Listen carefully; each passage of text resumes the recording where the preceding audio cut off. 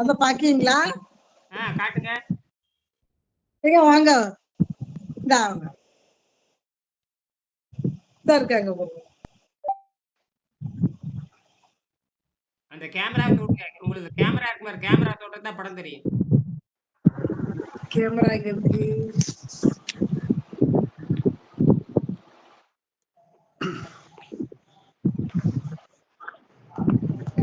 WhatsApp தான் இருக்கிறாங்க. Camera மேல இருக்கணும். கேமரா மாதிரி காட்டிருப்பாங்க. கேமரா மாதிரி இருக்கும். கேமரா தெரியும். கேமரா எங்க இருக்கு? பேக் கேமரான்னு ஒண்ணு வரும். காணோம். நீங்க பேசுறது வாயில பேசுறீங்க. அதுக்கு பக்கத்தால இருக்கும் பாருங்க. தொட்டு பாருங்க. மேல தள்ளி பாருங்க, கீழே தள்ளி பாருங்க. இப்ப என்ன பாருங்க. அந்த வீடியோவை ஒரு டச் பண்ணுங்க.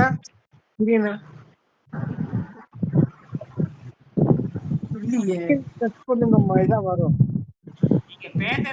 நீங்க பேசுறீங்கல்ல, இதுவும் தொட்டு தான் வருது. அதுக்கு பக்கத்தால வீடியோ 2 தான் இருக்கும். வீடியோ பேசுறது நேர்ல பேசுறது இருக்குதும், காதுல பேசுறது இருக்கு. காதுல மட்டும் பேசுறது. அது கண்ணுல பார்த்து பேசுறது. அது இது தெரியும்போது அது தெரியாதா? இந்த வீடியோவை டச் பண்ணீங்கன்னா ஒரு இடம் கீழே வரும் பாருங்க. வந்துச்சா சார்? வந்துருச்சா? இல்ல வரல. என் மூஞ்சி தெரியுதான்னு பாருங்க. என்ற மூஞ்சி தெரியுதா? உங்க மூஞ்சி தெரியுது எனக்கு. அப்ப உங்க மூஞ்சி தெரியல எனக்கு. அப்ப தொடுங்காதீங்க. அதை கீழே தொடுங்க, வரும். ரைட், வந்துருச்சு. வாங்க இங்க உட்காருங்க. இதுல வந்து உட்காருங்க.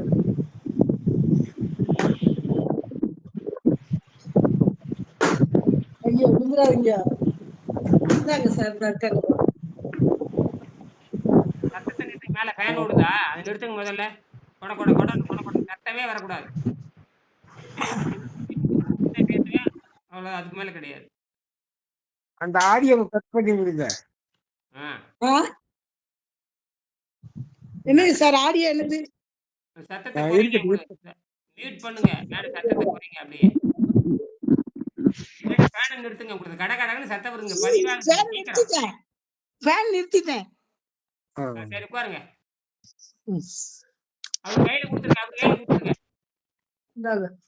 உங்க உங்க உங்க கையில கொடுக்க சொல்றாங்க. அப்பதான் தெரியும். அவர் எங்க தலையும் தெரிய மாட்டேங்குது, ஒண்ணும் தெரிய மாட்டேங்குது. நேர பார்த்து பேச தெரியாத என்ன இது கூட எதுக்கு போன் வச்சிருக்கீங்க? ஒரு பார்த்து பேச தெரியல, ஒரு பேச தெரியல. என்னதான் வாழ்க்கை நடத்துறீங்க? அவங்களுக்கு ஒண்ணுமே தெரியாது. எனக்கு கொஞ்சம் தான் தெரியும். எல்லாம் தெரியும். அப்புறம் நல்லா திங்க தெரியும். நல்ல வகை வகையா திங்க தெரியும். ஒழுங்கா பேட தெரியாது. ஒழுங்கா பேட தெரியாது. குழந்தை பக்கம் தெரிஞ்சது, வெடிக்கு பக்கம் தெரியாதா? எத்தனை குழந்தை உங்களுக்கு? ஒரு குழந்தையா, 2 குழந்தையா? 2 பெக்க தெரிஞ்சது. அதெல்லாம் ரைட்டு தான். ஏன் ஒழுங்கா வெடிக்கு போக தெரியாதா? ஒழுங்கா தண்ணி குடிக்க தெரியாதா? கண்டதை தின்னுட்டு நோயை வாங்கிக்க வேண்டியது. கடைசியில எங்கேயோ கொண்டு வைத்தியம் பார்க்க வேண்டியது. இன்னைக்கு அசுத்த சர்க்கரை அளவு பார்த்துருப்பீங்க. 190 எவ்வளவு இருக்கு? குறைஞ்சிருக்கா? இன்னைக்கு டெஸ்ட் பண்ணலையே. பரவாயில்ல. தெரியுமா? மனசு எப்படி சொல்லுது, உடம்பு என்ன சொல்லுது? அந்த விடுதலை கிடைக்கிற மாதிரி இருக்குதா? வெளிக்கு நல்லா போச்சா? எப்படி தெரியுது? சொல்லுங்க, உடம்பு எப்படி இருக்குன்னு சொல்லுங்க. உடம்பு ரொம்ப தளர்ச்சியா இருக்கு. அப்புறம் இப்போ சாப்பிட்டு எந்திரிச்சோம்னா அப்படியே ராத்திரிக்கு தள்ளிடுது. அப்படி பேசாம படுத்துக்கணும். புரியுதா? கடுமையான ஓய்வுல தான் இருக்கணும். அப்ப இது ஆபரேஷன் பண்ண உடம்பு மாதிரி உள்ள பஞ்சர் உள்ள ஆபரேஷன் நடந்துட்டு இருக்குது. உள்ள ஆபரேஷன் பண்ணி கெட்டு போன உடம்பெல்லாம் கரைச்சு வெளிக்குள்ள கொண்டு போகும். ஒண்ணுக்குள்ள கொண்டு போகும். தண்ணி எத்தனை தடவை போச்சு? அந்த தண்ணி இருக்கு உள்ளுக்கு இருக்க தண்ணி எல்லாம் வெளியே போகும். அசுத்தமெல்லாம் வெளியே பீச்சின்னு போகும். சொருன்னு வெளிக்கா போகும். தண்ணி முறையா தண்ணி அந்த 1 லிட்டர் தண்ணி பிரிச்சு குடிச்சிட்டே வரணும். இதுதான் அந்த எந்த அளவுக்கு அந்த மலம் போகுதோ அந்த அளவுக்கு தண்ணி சேர்த்து குடிச்சுக்கணும். அந்த தண்ணி எத்தனை தடவை போச்சு? இன்னும் 4 நாளைக்கு ஒரு தடவை நான் 12:30 மணிக்கு போச்சேன். அவ்வளவுதான். சோர்வா இருக்கும். கடுமையான சோர்வா இருக்கும். உள்ள விஷத்தை எடுக்கிறப்போ ஆபரேஷன் பண்றப்ப எப்படி ஒரு 15 நாள் அவன் ஓயில் இருக்கிறப்ப உள்ள ஆபரேஷன் நடந்துகிட்டு இருக்கு. புரியுதா? எங்கேயும் போகக்கூடாது. ஊர் சுத்துறது, உலக 6 மாசத்துக்கு எங்கேயும் போகக்கூடாது. பேசாம பெட்லயே கிடக்கணும். குடுக்கறத சாப்பிட்டுட்டு ஒழுங்கா பக்கத்தாலேயே சாப்பிட்டுட்டு பக்கத்தாலேயே சொல்றதெல்லாம் சாப்பிட்டு இருந்தீங்கன்னா படப்படம் நல்லா இருக்கு. இன்னைக்கு எடை பாத்தீங்களா? எடை எவ்வளவு இன்னைக்கு? 1/2 கிலோ குறைஞ்சி 3 கிலோ குறைஞ்சிருக்கா? இன்னைக்கு எடை பார்க்கலையே. ஏன் பார்க்கல? என்னோ பார்க்கணுமோ? பார்த்தா தானே தெரியும். அப்படியா? நான் நேத்து தான் பார்த்தோமே, இன்னைக்கு பார்க்கல. எடுத்து நின்னு பாருங்க. சரி. நான் பார்த்து வாங்கி உங்களுக்கு அனுப்பிடுவேன். சரி பார்த்து பரவால்ல, அனுப்புவேன் பரவால்ல. சார். இப்ப இப்ப அந்த இது ம். சாப்பிட்டீங்களா? ஒரு 11 மணிக்கு, 10 மணிக்கு, 11 மணிக்கு அருமையான அந்த பீட்ரூட் சுவையான கஞ்சி எப்படி இருந்துச்சு? சாப்பிடறதுக்கு எப்படி இருந்துச்சு? நல்லா இருந்துச்சு. ஊறுகாய் நல்லா வச்சு இல்லன்னா சாப்பிட்டீங்களா? அப்பளம் வச்சு சாப்பிட்டீங்களா? வயிறு நெறைய சாப்பிட்டீங்களா? உள்ளத சொல்லுங்க அவங்ககிட்ட. சார் கஞ்சி நல்லா இல்லன்னு தான் சொன்னாங்க சார். ஊறுகாய். கஞ்சி நல்லா இல்லையா? ஆமா. அவங்களுக்கு பிடிக்கலன்னு சொன்னாங்க. அதான் உங்ககிட்ட பொய் சொல்லக்கூடாது. உள்ளத சொல்லணும்ல. ஏன் பிடிக்கல? ஏன் பிடிக்கல? அது ஊறுகாய் வச்சாச்சு, உப்பு காரம் போட்டுருக்குதா இல்ல அப்புறம் என்ன? தாளிச்சு போட்டு மசால் மாரி குடுத்தாச்சு. அப்புறம் என்ன? அவுல் போட்டு குடுத்துருக்குது. வேற என்ன? வேற மாத்திரலாமா? ஒரே இனிப்பா இருக்கு. இனிப்பா இனிப்பா இருந்தா என்ன? காரமா வேணுமா? கொஞ்சம் காரம் போட்டு குடுங்க நாளைக்கு. கொஞ்சம் சரி. சாயங்காலம் குடுக்குறப்ப அந்த காரத்த கொஞ்சம் போட்டு குடுங்க. சரிங்களா? மிளகா போட்டேன் சார். மிளகா போட்டேன், இஞ்சி போட்டேன், பூண்டு போட்டேன், பட்டை போட்டேன், அ வெங்காயம். அது இனிப்பா இருக்குதுங்கிறாரு. கொஞ்சம் காரத்த கூட்டுங்க அவருக்கு. இல்ல, இல்ல. நீங்க சரி. பீட்ரூட் கொஞ்சம் அதிகம் போட்டிருப்பீங்க. கொஞ்சம் பரவால்ல விடுங்க, குறைச்சுக்கங்க. விடுங்க. அதெல்லாம் பரவால்ல விடுங்க. சரியா? சரி, ம். சரி. ஆ, அது ம். அப்ப என்ன பண்றீங்கன்னா, பீட்ரூட் வேகறப்ப கொஞ்சம் தண்ணி நெறைய ஊத்தி என்ன பண்றீங்க, தண்ணி நெறைய ஊத்துங்க. தண்ணி நெறைய வேக வச்சு தண்ணி பிரிச்சு எடுத்துருங்க. புரியுதா? ஆ. அப்ப இந்த சப்பையா அந்த தண்ணி பிரிச்சு எடுக்குறீங்களா, அதுல வந்து குருமிளகு குருமிளகு இருக்கு இல்லையா? மிளகுத்தூளு, மிளகாய் தூளு ம். போட்டு சிறிதளவு உப்பு போட்டு அத ஜூஸா குடிக்க சொல்லுங்க. புரியுதா? அப்ப நல்லா இருக்கும். உணர்த்தியா இருக்கும். அந்த சக்கைய போட்டு கஞ்சி வச்சிரணும். அந்த சக்கைய போட்டு ஆ சக்கைய போட்டு கஞ்சி பண்ணி குடுத்துருங்க. அந்த சக்கை தனியா கஞ்சியா சரி. குடுத்துருங்க. இது வந்து ஒரு 2 டம்ளர் வரும். அது உப்பு போட்டு குடிக்க ம். சொல்லிருங்க. காரம் போட்டு குடுங்க. சுருன்னு ஏறிக்கும். நல்லா அவர் ருசியா சாப்பிடுவாரு. சரி, சரி, சரி. ம். பீட்ரூட்டுங்கிறது அதுக்கு தான் காரம் போட சொல்லி கொஞ்சம் காரம் பரவால்ல. அப்பளம் அப்பளம் தொட்டு சாப்பிட வேண்டியது தானே. சரி அப்படி அப்படி அப்படி அப்படி நீங்க அந்த அப்படி சாப்பிடும் பொழுது இனிப்பா இருந்ததுன்னா, எலுமிச்சை பழத்த புழிஞ்சிருங்க. புரியுதா? 2 எலுமிச்சத்த மேல புழிஞ்சிருங்க. சரி, சரி. கஞ்சி ம். குடிக்கிறப்போ, சாப்பிடுறப்போ நல்லா ம். இறக்கி வச்சதுக்கப்புறம், அதுக்கப்புறம் சாப்பிடும் பொழுது எலுமிச்சை பழத்த புழிஞ்சிட்டா, அந்த இனிப்பும், புளிப்பும் சாப்பிடுற ருசி அதிகமாயிக்கும். அப்ப இனிப்பு, புளிப்பு சரி. இப்ப நான் சொல்ல மறந்துட்டேன். எலுமிச்சை பழத்த புழிஞ்சு சாப்பிட்டா ருசி ஆயிரும். அதே மாரி சாயங்காலம் என்ன பண்றீங்கன்னா, நீங்க என்ன பண்றீங்க, இந்த பீட்ரூட் தோசை போடலாம், அல்லது தக்காளி தோசை போடலாம், அல்லது வெங்காய தோசை போடலாம். புரியுதா? வெங்காய தோசை போடலாம். இதுக்கு அது அது வெங்காயத்தோட பீட்ரூட் நல்லா நறுக்கி போடுங்க. வெங்காயத்தையும் பீட்ரூட் நல்லா நறுக்கி போட்டு, நல்லா தனியா வேக வச்சுக்கிட்டு, அதுக்கப்புறம் தோசையில போடுங்க. சாப்பிடும் பொழுது அந்த தோசை மேல ஒரு எலுமிச்சை புழிஞ்சு கொட்டையெல்லாம் எடுத்துட்டு அப்படியே ஜூஸ புழிஞ்சு விடுங்க. அப்புறம் ஊறுகாய் வச்சு சாப்பிட, இட்லி பொடி வச்சு சாப்பிட்டா சுவையா இருக்கும். சரியா? ஆ. அப்ப அந்த புளிப்பு கேட்குது. நாக்குக்கு என்ன கேட்குது? புளிப்பு கேட்குது. ம். புளிப்பு, காரம் கேட்குது. அந்த புளிப்பு அந்த இனிப்பு பீட்ரூட் இனிப்பு தான். ஆனா பீட்ரூட் வந்து என்ன பண்ணும்னா, குடல்ல இருக்கிற புண்ணெல்லாம் ஆத்திரும். அந்த குடல விரிச்சு விரிச்சு விடும். ஆனா இருந்தாலும் அந்த மனசு வந்து என்ன பண்ணுதுன்னா, அந்த அந்த ம். பழைய திண்டுகட்ட மனசு. என்னது? நல்ல காப்பி, இட்லி, தோசை நல்லா நொறுக்கு நொறுக்குன்னு தின்னு குசுவா போன உடம்பு, குசுவா போன நாக்கு, அந்த பழைய நாசமா போன உணவ கேட்குது. அது அப்படித்தான் பண்ணும். புரியுதா? அது அப்படித்தான் பண்ணும். அது அப்படித்தான் ம். பண்ணும். ம். நான் 25 வருஷமா சாப்பிடாம உட்கார்ந்துருக்கிறேன். புரியுதா? ஆ. சாப்பிடாம இருக்கிறதெல்லாம் கிடையாது. பசியே எடுக்கக்கூடாது. என்னது? பசி எடுக்கக்கூடாது. பசி எடுத்ததுன்னா மரணம். எழுதி வச்சுக்க. பாடம் ரெடி பண்ணி வச்சுக்கங்க. ம். பாடைய வந்து ரெடி பண்ணி வச்சுக்கங்க. ரெடி பண்ணி வச்சுக்கங்க. புரியுதா? சொல்லி விட்டுருங்க. ம். பசி எடுத்தாவே உங்க பையன்கிட்ட கூட சொல்லிரு, பாடம் ரெடி பண்ண சொல்லப்பா, அப்பா செத்து போயிருவான்னு சொல்லிருங்க. புரியுதா? ம். வைத்தியன்னா மண்டையில அடிச்சு தான் சொல்லுவான். என்ன சார் எங்கேயோ வந்துட்டு வைத்தியம் பார்க்குறது சாதாரண விஷயமா? பாரு எதுக்கால உட்கார்ந்துருக்காரு பாருங்க. கம்பம் திருமாறன். அவர் வந்து கிட்டத்தட்ட 40 வருஷமா சர்க்கரை நோயில 20, 25 வயசுல சர்க்கரை நோயில பாதிக்கப்பட்டவர். இவருக்கு வயது இப்ப 66, 67 ஆகுது. கிட்டத்தட்ட ஒரு 30 வருஷமா கொடூரமா பாதிக்கப்பட்டவர். அவருக்கு 20 நோய்கள் இருந்தது. அத்தனையும் காணா போச்சு. அத்தனையும் ம். காணாம போச்சு. ஆ அவரோட குடும்பமே டாக்டர் குடும்பம் தான். அவங்க சொந்தக்காரர் இஎன்டி ஸ்பெஷலிஸ்ட்டு, அப்புறம் MD specialist, MD medical specialist, இஎன்டின்னு ஐ, நோசு, த்ராட்டு கண்ணு, மூக்கு, காது, தொண்டை மருத்துவருடைய குடும்பமே அவர்தான். அவர் சொந்தக்காரங்கலாம் இஎன்டி ஸ்பெஷலிஸ்ட்டு. ஒருத்தர் வந்து எம்எஸ் டாக்டரு. ஒருத்தர் வந்து எம்டி டாக்டர் அவங்க சொந்தக்காரர்லாம். அவங்களே சர்க்கரை நோய் செத்து போனாங்க. இவருக்கு வைத்தியம் பார்த்தவங்க எவனும் உயிரோட இல்ல. புரியுதுங்களா? ம். இவருக்கு வைத்தியம் பார்த்தவன் எவனும் உயிரோடு இல்லை. சித்த சரி, வைத்தியம் சரி, பார்த்தவனும் சரி. உயிரோடு இல்ல. ஆயுர்வேதம் ம். பார்த்தவனும் உயிரோடு இல்ல. அலோபதி பார்த்தவனும் உயிரோடு இல்ல. நேச்சுரோபதி பார்த்தவனும் உயிரோட இல்ல. இவரு மட்டும் உயிரோட இருக்கிறாரு. ஏன்னா, அவர் வந்து இந்த ஜீரண நீரை நிறுத்தி பழகுறப்ப நமக்கு தேவையே இல்லாத உறுப்பு இரைப்பை. நமக்கு தேவையில்லாத உறுப்பு இரைப்பைன்னு விஞ்ஞானம் சொல்லுது. நாம என்ன பண்றோம்?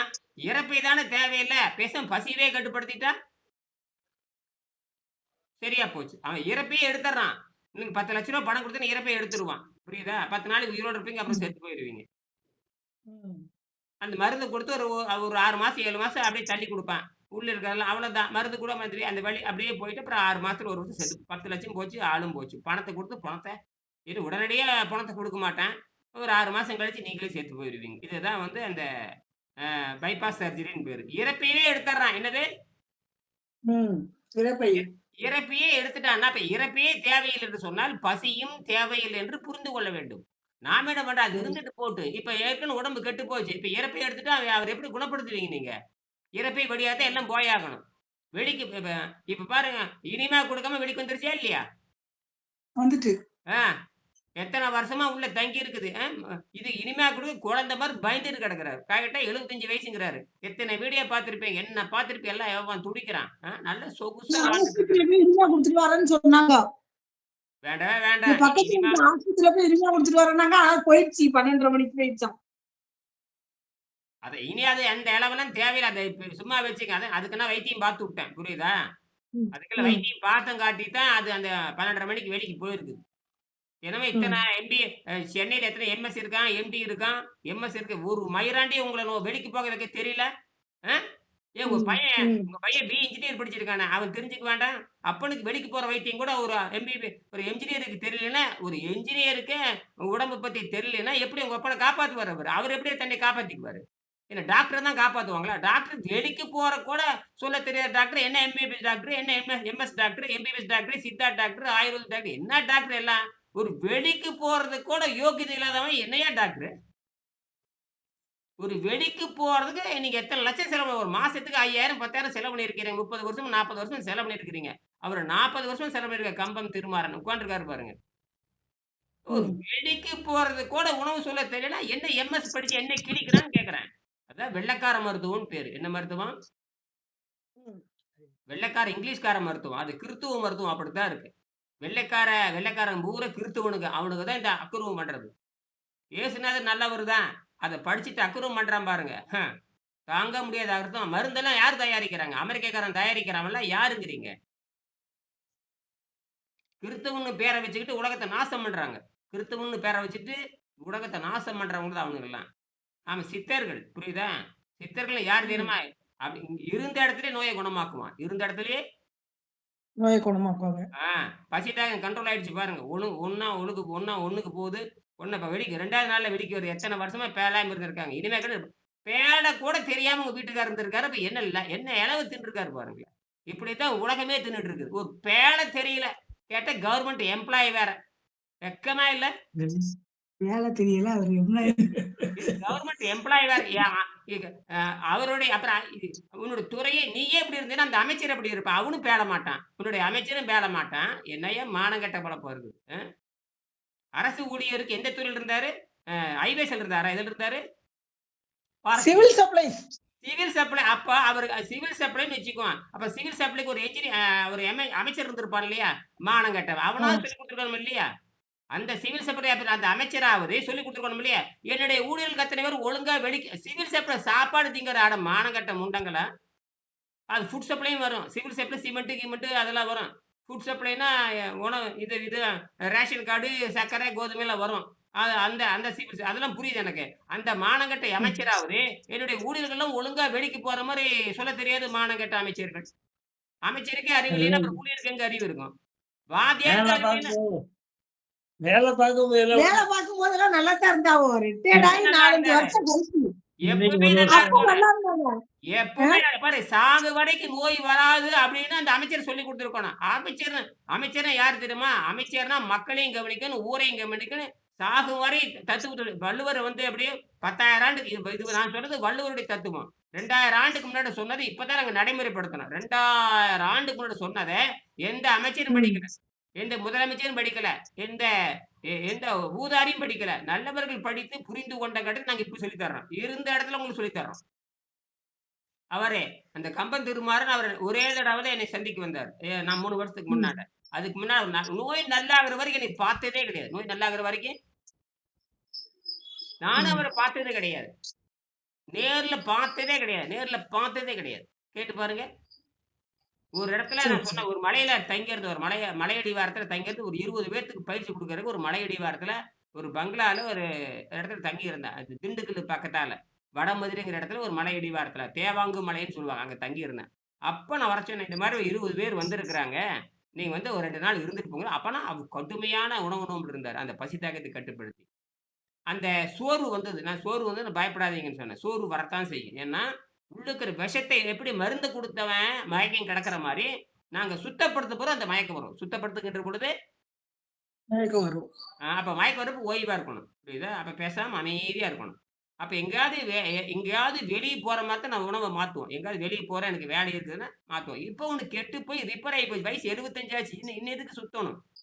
உடம்பு தான் கோயில். உடம்பு தான் போய் உள்ளம் பெருங்கோயில் ஊனுடம்பு ஆலயம் என்று கண்டுபிடிச்சு சொன்னவன் தமிழன். 4000 ஆண்டுக்கு முன்னாடி திருமூலர் சொன்னாரு. இது என்னடா உள்ளத்த பூரா சாக்கடையாக்கி வச்சிருக்கிறீங்க. நீங்க மட்டும் இல்ல. இதான் உட்கார்ந்திருக்காரு கம்பம். அவரும் சாக்கடை தான். இதாங்க என்ஜினியர் உட்கார்ந்திருப்பாரு. அவரும் சாக்கடை தான். அவரு கட்டட என்ஜினியரும் தாம்பரத்துல தான் என்ஜினியரா இருக்காரு. பல மாடி கட்டிட்டு இருக்காரு. வேணா வந்து உங்கள பார்க்க சொல்றேன். பழனிவேல். அவர் என்ஜினியர். அவர் என்னைய பார்க்க வந்தாரு. நான் சொன்னேன் எல்லாம் இப்பதான் சொன்னேன். ஒழுங்கா வேலை செய்ய அப்படின்னு. அவருக்கு இப்ப நல்லா செஞ்சுட்டு தான் இருக்காரு. இந்த 2 நாளா கொஞ்சம் ம். சொன்னேன் மறுபடியும் அந்த ஜீரண நேரம் நிறுத்தி பழகுங்க. உங்க என்ஜினியரிங் புடிச்சுக்கங்க. உங்க உடம்ப புரிஞ்சுக்கன்னு சொன்னேன். அவரு என்ஜினியர் தான். Civil engineer. புரியுதா? தாம்பரத்துல ம். தான் இருக்காரு. தாம்பரமா எங்க எங்க எங்க எந்த பகுதிங்க ஐயா பழனிவேல்? பழனிவேல்? என்ஜினியர் பழனிவேல் எங்க? சென்னை என்ஜினியரிங். அந்த பக்கம் போயிட்டாரு. பரவால்ல இருக்கட்டும். சரி பரவால்ல. இப்ப அந்த புத்தகம் நீங்க வாங்கியிருப்பீங்க. புத்தகம் வாங்கியிருப்பீங்க. ஆமா. அதுல 3வது பாடம் நீர் உணவு முறைன்னு வரும். எத்தனாவது பாடம்? 3வது பாடம். சும்மா சொல்றேன். ம். அத சும்மா ம். சொல்றேன் அவ்வளவுதான். 3வது பாடம். அப்புறமேல் படிச்சுக்கங்க. 45ஆம் பக்கம். ம். சரிங்களா? ம்.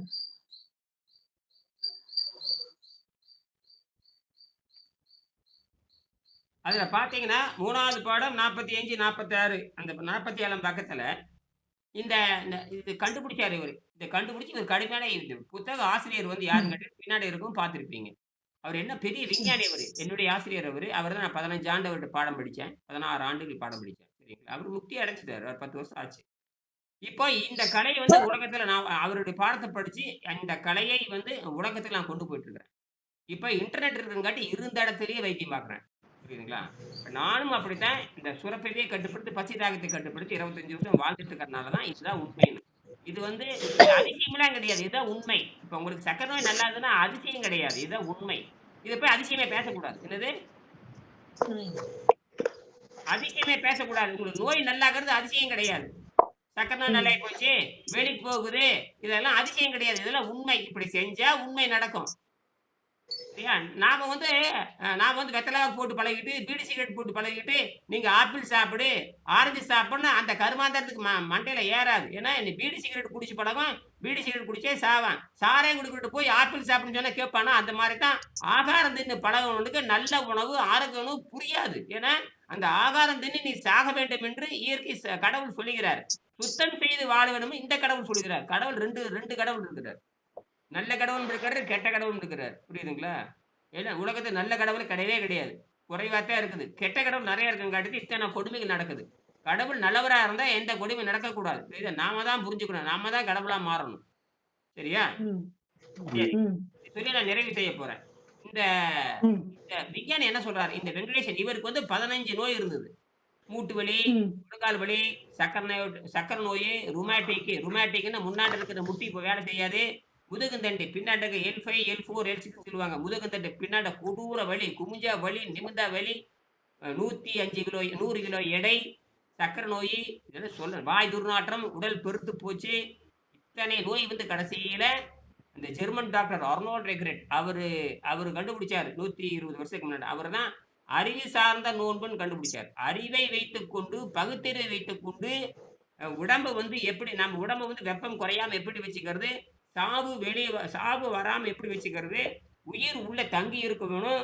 உடல் நல்லா இருக்கும். உயிரும் இருக்கும். ஆனால் உடல் இயங்காது.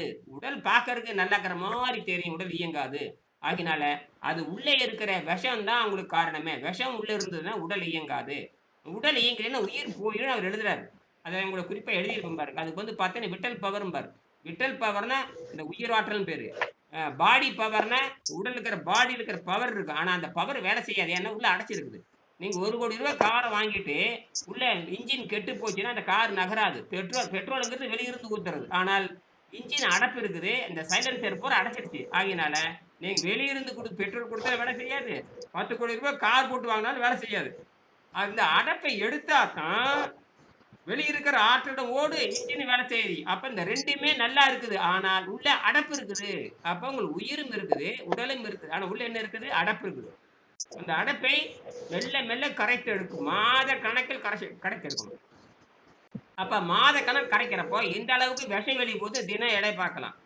ஒரு நாள் குறைஞ்சபட்சம் 48 மணி நேரத்துக்கு ஒருக்கா அது பார்க்கணும். குறைஞ்சபட்சம் 40 அப்பப்ப ம். பார்த்துக்கணும். எந்திரிச்சோனே தினம் கலந்துட்டு எந்திரிச்சு பார்க்கணும். அதுதான் உனக்கு வேலை. சும்மா வாங்கிட்டு அளவு பார்த்துட்டு பொட்டு வச்சுட்டு கும்பிட்டுட்டு இருக்கிறது கிடையாது. சரஸ்வதி பூஜை மாரி. புரியுதா? தினம் எந்திரிச்சு பார்க்கணும். அது பார்த்தா 5 ஒவ்வொரு நாளும் வித்தியாசம் தெரிஞ்சுட்டே இருக்கும். புரியுதா? சரி. சிறுநீர் நல்லா பிரியுதா? என்ன சார்? சிறுநீர் ஒண்ணுக்கு நல்லா போகுதான்னு கேட்கிறேன். சிறுநீர் நல்லா போகுதான்னு கேட்கிறேன். என்ன போகுது இங்க வாங்குங்க. ஒண்ணுக்கு நல்லா போகுது. ஆ. அந்த மூஞ்சியெல்லாம் வடியோணும். பாரு மூஞ்சி பொதன்னு இருக்குது. அதெல்லாம் வடியோணும். புரியுதா? பொதன்னு பார்த்தோன்னா பூசணிக்காய் மாரி இருக்குது. கெட்டு போன பூசணிக்காய் மாரி. அதெல்லாம் வடியோணும். புரியுதா? ஃபோட்டோ எடுத்து வச்சுக்கணும். எடைய எடுத்துக்க. எடை குறையணும். கரைஞ்சு வயிறே இருக்கக்கூடாது. இங்க வயிற காட்டுங்க பார்க்கலாம். அப்படியே கீழ கொண்டு வயித்த காட்டுங்க. வயிறு பாம்பு வயிறு மாரி இருக்கணும். எப்படி இருக்கணும்? பாம்பு பாம்பு வயிறு மாரி இருக்கணும். அப்ப பாம்பு வயிறு மட்டுமே பாம்பாகணும். மூஞ்சி பூரா இளைச்சு வந்து சுக்கு மாரி மாறணும். ஆ. இத்தாச்சும் வயிறு இருக்கு. அந்த வயிறே இருக்கக்கூடாது. அந்த வயிறு ஒட்டிட்டு போய் தொப்புள் போய் முதுகுல ஒட்டணும். எங்க போய் ஒட்டணும்? முதுகுல ஒட்டணும். இத வச்சுக்கணும். தொப்புள் போய் முதுகுல ஒட்டணும். அதுதான் உண்மையான உடம்பு. இப்படித்தான் கரைக்கணும். புரியுதா? ம். இப்படி மெல்ல மெல்ல கரைச்சு தப்பிச்சுக்கணும். நீங்க தான் செய்யணும். நாளையோட பயிற்சி நிறுத்திடுவேன். நாளைக்கு நாளோட பயிற்சி நிறுத்த போற வகுப்பு கிடையாது உங்களுக்கு. அதுலயே நீங்க அப்புறம் வேணும்னா தான் நீங்க பணம் கட்டிட்டு தான் உள்ள வரணும். இதுலயே இப்படியே ஒழுங்கா இருந்தீங்கன்னா ரிப்போர்ட் தினம் பார்த்துக்கலாம். அதான் குளுக்கோமீட்டர் வாங்கிட்டீங்களா? தினம் செக் பண்ணிட்டே தான் போதும். குளுக்கோமீட்டர் பாருங்க, எடையை பாருங்க, உணவு தின்னுட்டே வாங்க. அதே கரைஞ்சு போயிட்டே இருக்கும். உங்களுக்கு ஆலோசனை வேணும்னா, தொடர்ந்து டாக்டர் வேணும்னா இயற்கை இது வந்து நீர் மருத்துவம். எல்லா மருத்துவத்துக்கும் எதிரானது. எல்லா உணவுகளுக்கும் எதிரானது. நல்லா புரிஞ்சுக்கங்க. எல்லா மருத்துவத்துக்கும் எதிரானது. எல்லா உணவுகளுக்கும் எதிரானது. அப்பதான் நான் தேவனாக மாற முடியும். எனக்கு இயற்கையில இருந்த காற்று தான் உணவு. இயற்கையில இருக்கிற நைட்ரஜன் தான் உணவு. இப்ப நைட்ரஜன் உள்ள இப்படி போயிட்டே இருந்ததுன்னா, நைட்ரஜன் உள்ள போக போக பிராணசக்தி வரும். அது எப்ப தெரியுமா? 15 நாள் கழித்து தான் முறை.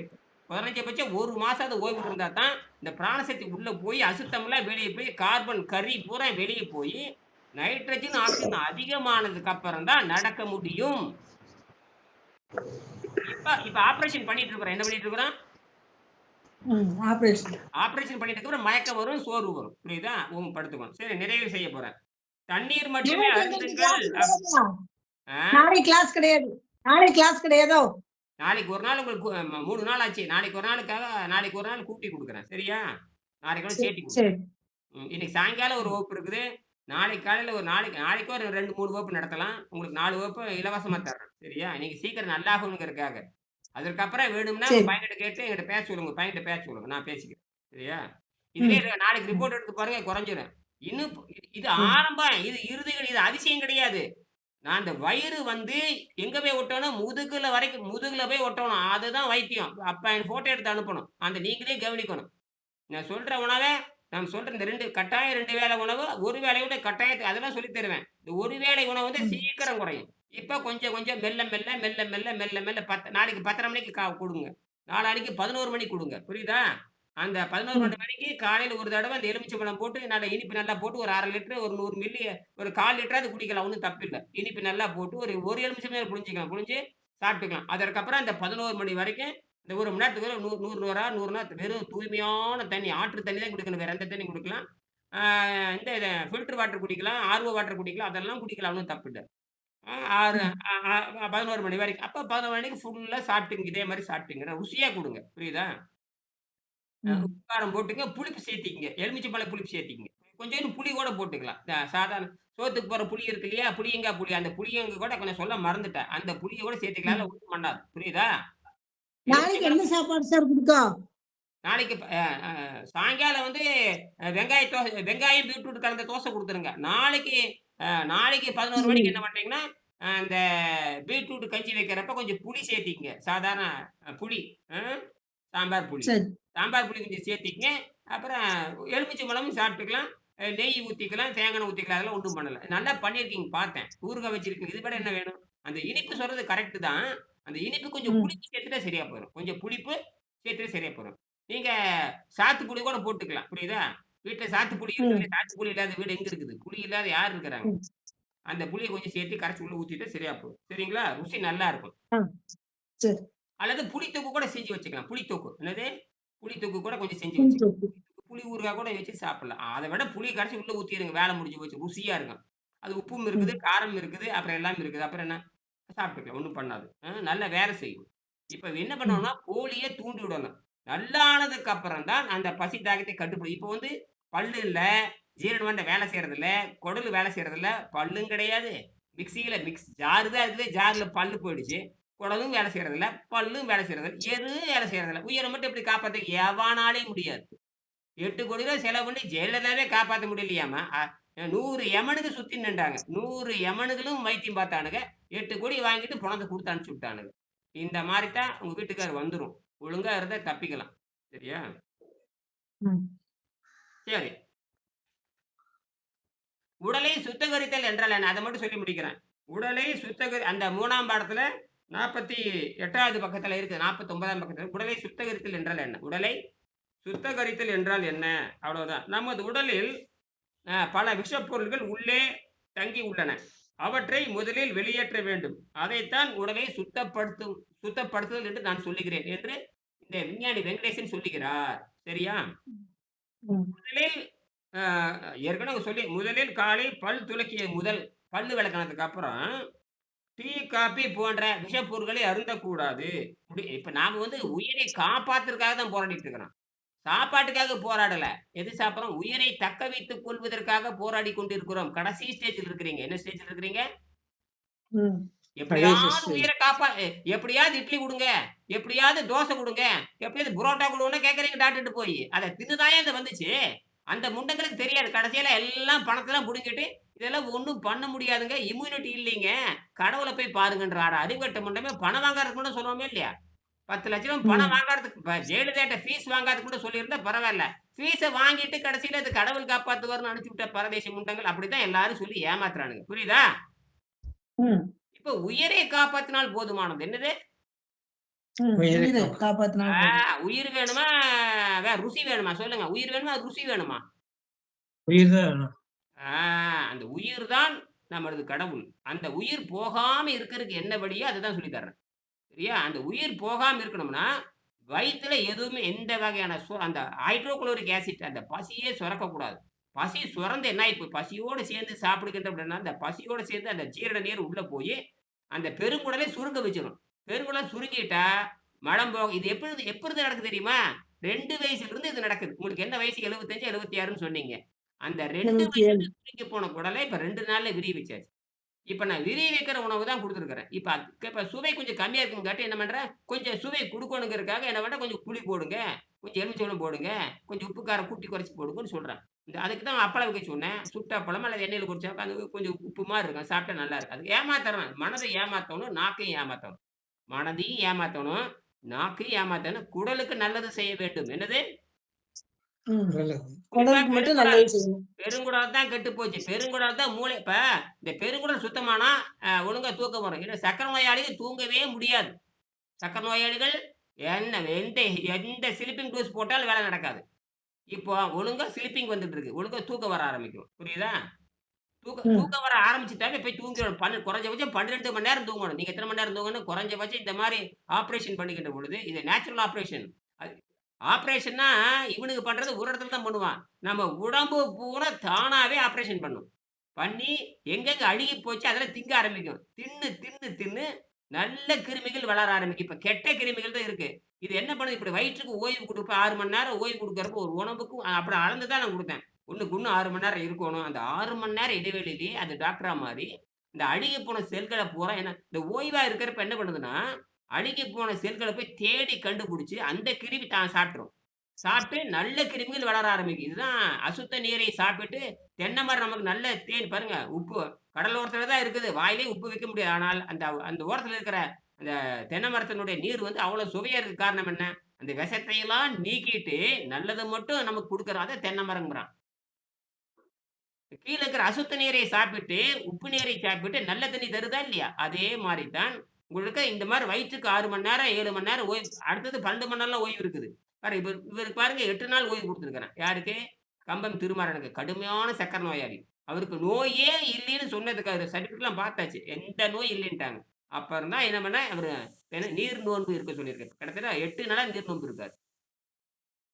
ஆனா மயக்கம் இல்ல, கிறுகிறுப்பு இல்ல, சோர்வு இல்ல.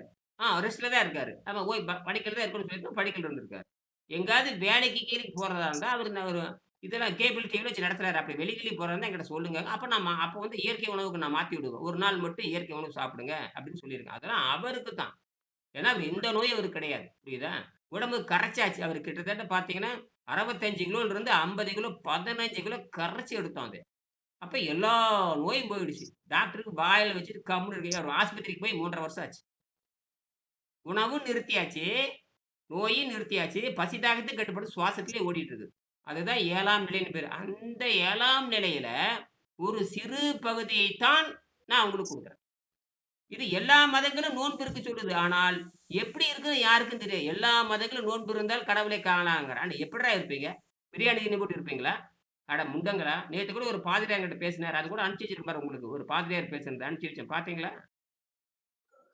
பார்க்கல சார். அனுப்பிச்சு வச்சு ஏன் எதுவுமே பார்க்கறது இல்ல. WhatsAppல உங்களுக்கு எதுக்கு WhatsApp வச்சிருக்கேன்னு கேட்டா, எல்லா செய்தியும் அனுப்பிச்சுட்டு இருக்கிறோம் இல்லையா? அது ஓப்பன் பண்ணி பார்க்கறது இல்லையா?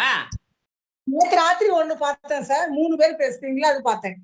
அது பாருங்க. அதுல இப்ப பேசுறத உங்களுக்கு திருப்பி அனுப்ப போறேன். இப்ப பேசுறேன். இதே மாரி ம். ஒரு ஒரு ஒரு மத போதகர்ட்ட பேசியிருக்கேன். அது உங்களுக்கு வேணா இன்னொருக்கா அனுப்புறேன் பாருங்க. ஒரு மத சரி போதகர்ட்ட நான் கேட்கிறேன். பார்க்கிறேன். ஒரு ம். மத போதகர் அவருக்கே பைபிள் இதெல்லாம் இருக்குன்னே சொன்னேன் நானு. அவருக்கே ம். தெரியாது. என்ன வழி தொலையுறது? அ எந்த ம். மத போதகர் உலகத்துல எந்த மத போதகரா ஆரோக்கியமா இருக்குன்னு பாருங்க. கடவுளே பார்க்கிறோங்கிறான். உடம்பே உடம்பே கடவுள்னு நம்ம தமிழ் நூல் சொல்லுது. அவன் தேவனே கடவுளுங்கிறான். சரி தேவனே கடவுள்னு சொல்ற நீங்க, நோய் ஏன் வந்ததுன்னு கேட்டா பதில் தெரிய மாட்டேங்குது. என்னது? பதில் தெரிய மாட்டேங்குது.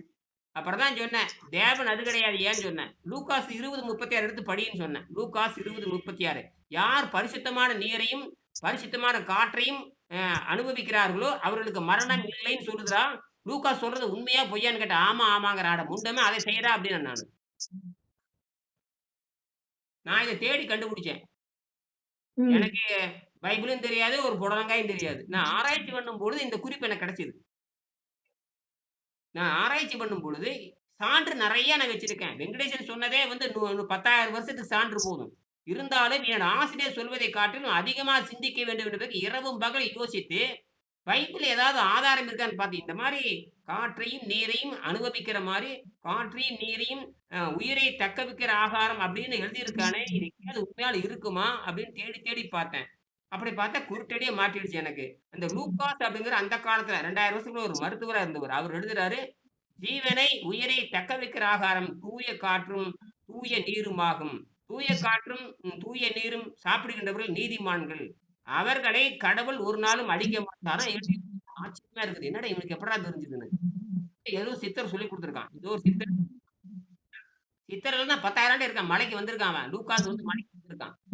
மலையில மலையில தான் உலகத்துல மலையில தான் யார் இருப்பாங்க? சித்தர் இருப்பாங்க. இருப்பாங்க. அவங்க சித்தர்னா வேற யாரும் கிடையாது. நாம தான் சித்தர்.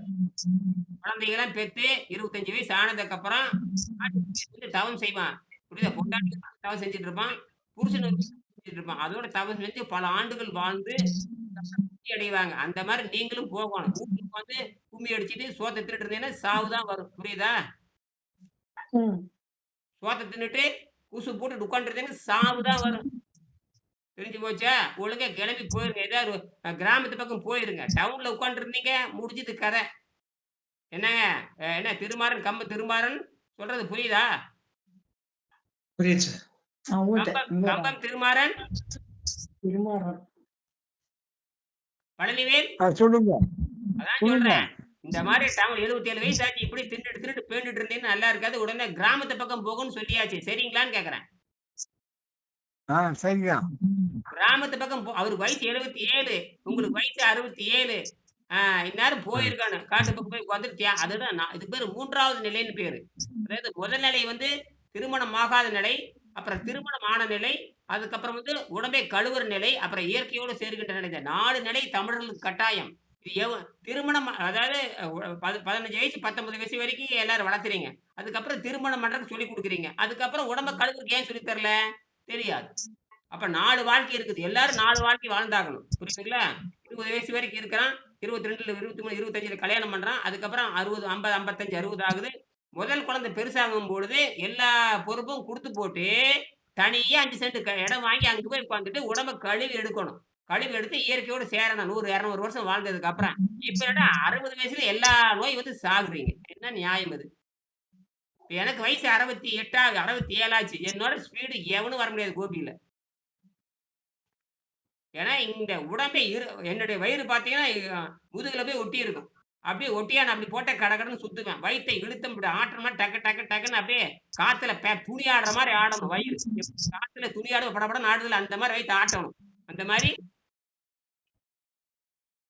யோகாசனம் பண்றப்ப சின்ன பசங்கலாம் பண்ணுவாங்க. அப்படியே வயித்த உள்ள இழுத்து டக்கு டக்கு டக்குன்னு ஆட்டுவோம். வயிற கட கட கடன்னு எப்படி ஆடணும்? காத்துல துணியில காய போட்டு எப்படி ஆடுது? கடகடன்னு ஆடல. அந்த மாரி வயிறு தோடு ஆடணும். அதுதான் உண்மையான உடல். என்னது? உண்மையான உடல். மாறி வச்சிருக்கிறது. வயிறு வாய் தச்சோடு இருக்குது. வயிறு எப்படி அத்தச்சோடாச்சு? வாய் சின்னதா இருந்தா வயிறும் சின்னதா இருக்கணும். வாய் சின்னதா இருந்தா வயிறு சின்னதா இருக்கணும். வாய் சிறுசா வச்சுட்டு வயிறு அத்தச்சோட வச்சிருக்கு. இது இருந்தா அறிவு வேண்டாம். அந்த காலத்துல பாட்டி சொல்லிய வாயை கட்டினால் நோயை கட்டலானா. வாயை கட்டினால் மரணத்திலே கட்டலாம்னு அர்த்தம். அதெல்லாம் ஒரு மண்டையில ஏறவே இல்ல. தமிழ்ல கொட்டை எழுதிதான் வச்சிருக்கிறாங்க. அதெல்லாம் மறந்துட வேண்டியது. போய் சாவடிக்கிட்டு போய் படுத்துக்க வேண்டியது. மாசம் 5000 ரூபாய்க்கு மாத்திரை மருந்து. ஒரு நாளைக்கு எத்தனை மாத்திரை தூங்கிட்டீங்க? அப்படியே படிப்படியே நோய் நல்லாக மாத்திரையை தூக்கி எறிஞ்சிருங்க. மாத்திரையை குறைச்சி மாத்திரை சாப்பிட்டீங்கன்னா அது ஒண்ணுமே பண்ணாது. நோயே குணப்படுத்தாது. என்ன தின்னு பாருங்க. புரியுதா? நோய் நல்லாகிறப்ப உங்களுக்கு தெரிஞ்சு போயிரு. எல்லா மாத்திரையும் குறைச்சி தூக்கி எரிஞ்சிருங்க. இப்போ மாத்திரை சாப்பிடணுங்களா சார்? இப்போ சாப்பிடணுங்களா? சாட்டுக்குள்ள மாத்திரை அதுல தேவையே இல்ல. நோய் நல்லாயிட்டு வருதுல்ல. அப்புறம் என்ன சக்கரை குறைஞ்சிட்டு வருது இல்ல? எந்த மாத்திரையும் வேண்டாம். பிரஷர் குறைஞ்சிரும். பிரஷர் நல்லா இருக்காரு இல்லையா? பிரஷர் குறைஞ்சிரும். மூச்சு நல்லா வேலை பாக்குற. மூச்சு எப்படி இருக்குன்னு கேளுங்க. மூச்சு எப்படி இருக்கு? மூச்சு நல்லா இருக்கும். அப்புறம் 4 நாளைக்கு முன்னாடி மூச்சு விட முடியும்னு சொன்னீங்க. நீ போக போக ஆமா, படி ஏறி இறங்குனாலாம் ரொம்ப இளைக்கும். அதுக்கு ஒரு மாத்திரை தான் காலையில நைட் அடிக்கணும். மிஷின்ல போட்டு. இப்ப எப்படி இருக்குன்னு கேளுங்க. இப்ப படி ஏறி இறங்கல, வீட்டுக்குள்ள உட்கார்ந்து இருக்கவோ. நடந்து பார்க்க சொல்லுங்க. நடந்தாவே மூச்சு அடிக்குமே. எல்லாமே தெரியுமே. அதாவது 1% முன்னேறி இருக்குதா இல்லையா? 3 நாள்ல ஒரு 1% முன்னேறி இருக்கான்னு முன்னேறி இருக்கான். அதுதான் தேவை. 1% தான் தேவை. அப்ப 2%, 3 100 படி ஏறிச்சிட்டு இப்பதான் முதல் படி ஏறி இருக்காரு. என்னது? முதல் படி. இப்பதான் அந்த குடல் நல்லா சுத்தமாக அசுத்தம் போகப்பா அந்த பாரம் குறைய அங்க கழிவு போறப்போ நுரையில் இருக்கிற கழிவும் போயிடும். நுரையில மட்டும் கிட்டத்தட்ட பார்த்தீங்கன்னா தேவையில்லாத நீர் அங்க உட்கார்ந்து இருக்குது. தேவையில்ல நுரையில சுருங்கி விட மாட்டேங்குது. பூரா இந்த சளியும் பசையும் சேர்ந்து அமிலம் சளி பசை தின்றது கூட குளுக்கோஸா மாறிடுது. என்ன மாவை தின்னு குளுக்கோஸ்னா தெரியுமா? பசைன்னு அர்த்தம். ஜவ்வு காய்ச்சறீங்களா? என்ன காய்ச்சறீங்க? ஜவ்வு காய்ச்சறப்ப கப்புன்னு பிடிக்குது இல்லையா? அந்த மாதிரி சோத்தை தின்னு குளுக்கோஸ மாதிரி பசையா மாதிரி கெட்டியா பிடிச்சிருச்சு. பாகு முருகி போச்சுன்னா பாத்திரத்தை பிடிச்சுக்கும். பாகு முருகி போச்சுன்னா பாத்திரத்துல பிடிச்சிரும். அந்த மாதிரி பிடிச்சிருச்சு. அப்ப மாவு என்ன சயின்ஸ் என்ன சொல்றதுன்னா மாவு குளுக்கோஸா மாறுது. அந்த குளுக்கோஸ் என்ன பண்ணுதுன்னா பசைய மாதிரி பிடிச்சுக்குன்னு சொல்றான். நாம என்ன பண்றேன்? நல்லா தின்னு குளுக்கோஸ். குளுக்கோஸ்ங்கிறது வேற. உள்ள போய் மாறுறது என்பது வேற. என்ன தெரியுமா? குளுக்கோஸோட சேர்ந்து ஆசிட்டா மாறிடும். ஆசிட் பயங்கரமான அமிலம். இப்போ எலுமிச்சை பழம் சாப்பிடுற அது அமிலம் கிடையாது. தண்ணி கலந்து குடிக்கிறப்ப அது அமிர்தமா மாறும். அது உப்பா மாறும். நல்ல ஆரோக்கியமா மாறும். ஆனால் நீ சோறு தின்னீங்கன்னா இனிப்பா மாறி அதோட சேர்ந்து ஆசிட்டும் சேர்ந்துரும். அப்ப என்னன்னு பிசுபிசுப்பாயிரும். சளியா மாறி கோந்தா மாறிரும். அப்புறம் அமிலமும் சேர்ந்துக்கும். அப்ப என்னாச்சுன்னா 2 போய் கப்புனு எல்லா கணையம், கல்லீரல், நுரையீரல் எல்லாம் சேர்ந்து கப்புனு தூக்கும். ஒண்ணுமே பண்ண முடியாது. அப்ப இந்த மாரி வயித்துக்கு ஓய்வு குடுத்து நுரையீரல் வந்து நாளைக்கு நாளான்னைக்கு நல்லா இருக்கும். நாளான்னைக்கு இன்னும் 15 நாள்ல பாருங்க, அவரு உட்கார்ந்திருக்காரு பாருங்க கம்பம் திருமாறன். அவர் படியே ஏற முடியாது. சொல்லுங்க கம்பம் திருமாறன். ஆ, சொல்லுங்க சார். படியே உங்களால ஏற முடியாது. இப்படி எப்படி இருக்குதுங்க? அதான் ஆமா, ரொம்ப மூச்சு வாங்குச்சு. இப்ப அந்த வேலை நின்னு போச்சு. பாருங்க. அவரு உங்க வயசு தான். அவர் 67, 68 வயசு ஆச்சு. அவருக்கு இதே மாரி படி ஏற முடியாது. அவங்க சொந்த வீடு இருக்குது, மாடி வீடு இருக்குது, எல்லாம் இருக்குது. பையன் ஐபிஎம் கம்ப்யூட்டர்ல படி சென்னையில தான் ஐபிஎம் கம்ப்யூட்டர்ல இருக்கிற ஒரு பையன் பெங்களூர் ஐபிஎம் கம்ப்யூட்டர் இருக்கிறான். மாசம் 1 லட்சம், 2 லட்சம் சம்பளம் வாங்குறவங்க. புரியுதா? வரவுல சாதாரணம் இல்ல. சரி. அவருக்கு இதே பிரச்சனை தான். அவருக்கு இதே 15 பிரச்சனை இருந்தது. சரி சொல்லி முடிக்க போறேன். ஆகையினால முதலில் காலை பல் துலக்கிய முதல் எந்த உணவும் டீ, காபி போன்றவை குடிக்கக்கூடாது. முடிந்த அளவுக்கு கொஞ்சம் கொஞ்சமா தண்ணி குடிக்கணும்னு சொல்லியிருக்காரு. பசி எடுக்கும்போது தண்ணீரை சாப்பிடலாம். முடியாத பொழுது இதனால் விஷத்தன்மை சிறுநீர் மூலமாக மலக்குடல் மூலமாக வெளியேறும். இப்ப பாருங்க இந்த பீச்சுன்னு போது அதெல்லாம் போகும். அப்புறம் சிறுநீரிலும் போகும். எவ்வளவு நேரம் நீரை மருந்து இருக்கணுமோ அந்த அளவுக்கு இருந்து பாருங்க. முடியலையா நான் சொல்ற மாதிரி உணவு சாப்பிடுங்க. புரியுதா? எவ்வளவு நேரம் நீரை மருந்தாக அருந்தி இருக்க முடியுமோ அந்த அளவுக்கு இருங்க. இல்லையா நான் சொல்ற உணவு சாப்பிட்டுருங்க. புரியுதா? இதுதான் விதி, பொதுவான விதி. சரிங்களா? இருந்தாலும் பசி எடுக்கும் பொழுது சாதாரண உணவை உட்கொள்ளலாம். தப்பு கிடையாது. உட்கொள்ளலாம். முடிந்த அளவுக்கு மாலையில் மட்டும் முட்டைக்கோஸ், சப்பாத்தி சாப்பிடலாம். இது பொதுவா சொல்லியிருக்காரு. சரியா? இதே மாதிரியும் செய்யலாம். ருசியாவும் செய்யலாம். நான் வந்து இவ்வளவு வேகமா சொல்றாருங்கிறதுக்காக நான் கொஞ்சம் நிதானமா மெல்லமா பாருங்க நிதானமா சொல்லிக் கொடுக்குறேன். பொதுமையா செய்யலாம். கொஞ்சம் சுவையா சாப்பிடலாம். விட்டு சாப்பிடலாம். கொஞ்சம் எலுமிச்சை டீ சாப்பிட்டுக்கலாம். அப்படியே கொஞ்சம் கொஞ்சமா டெவலப் பண்ணிட்டு வரேன். சரியா? இதுவே தொடர்ந்தால் பின் உணவு மீது நாட்டமே வராது. உணவு என்பது கொடூர விஷயம் புரிஞ்சுக்குங்க. அதை விட பசிதான் கொடூர விஷயம். உணவு கூட பிரச்சனை இல்ல. பசிதான் கொடூர விஷம். அதுதான் ஆளை சாவடிங்க. பிறவி நோயின் பேர். எந்த கடவுளாலும் குணமாக்க முடியாது. இந்த கடவுளாலும் இது இந்த யோக முறை அதனாலதான் பசியை குணமாக்கிட்டு வர்றேன். அந்த பசி குணமாக்கினா மட்டும்தான் நீங்கள் தப்பிக்க முடியும். இல்லையா அவர் சொல்லிருங்க. ஆமா 4 பேருக்கு 8 பேருக்கு சொல்லிருங்க. இதுவே தொடர்ந்தால் பின் உணவு மீது நாட்டம் வராது. பழைய கழிவுகள் நீங்கி உப்பு சேர்க்காது. கடைசியில் உப்பு சேர்க்காம சாப்பிட்டு போடுங்க. அதுல பின்னாண்ட உப்பு சேர்க்காம வேக வைத்த முட்டைக்கோஸ் மற்றும் அதனுடன் மாங்காய் சேர்த்து உண்ணலாம். இதனால் பழைய கழிவுகள் மலக்குடல் மூலமாக வெளியேறும். இந்த காலகட்டத்தில் உடல் குறிப்பிட்ட அளவு அவரவர் எடைக்கு பொறுத்து குறையும். எந்த அளவுக்கு சதை கெட்டு போயிருக்குதோ அந்த அளவு குறையும். என்ற உடல் எடை வந்து 80 கிலோ இருந்து இப்ப 60 கிலோக்கு வந்துச்சு.